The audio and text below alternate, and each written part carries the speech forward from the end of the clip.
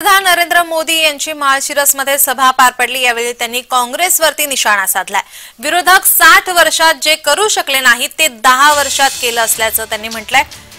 काँग्रेसने गरिबी हटावची केवळ पोकळ घोषणा केली। भाजपाने 25 कोटी लोकांना गरिबीतून बाहेर काढलं। पंतप्रधान नरेंद्र मोदी यांचं वक्तव्य यावेळी त्यांनी काँग्रेसवर निशाणा साधला। गेल्या 60 वर्षात काँग्रेस शेतांमध्ये पाणीही पोहोचवू शकलं नाही।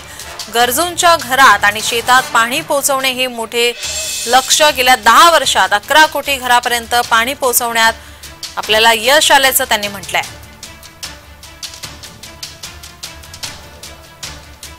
पंतप्रधान नरेंद्र मोदी महाराष्ट्रामध्ये 3 सभा होणार आहे।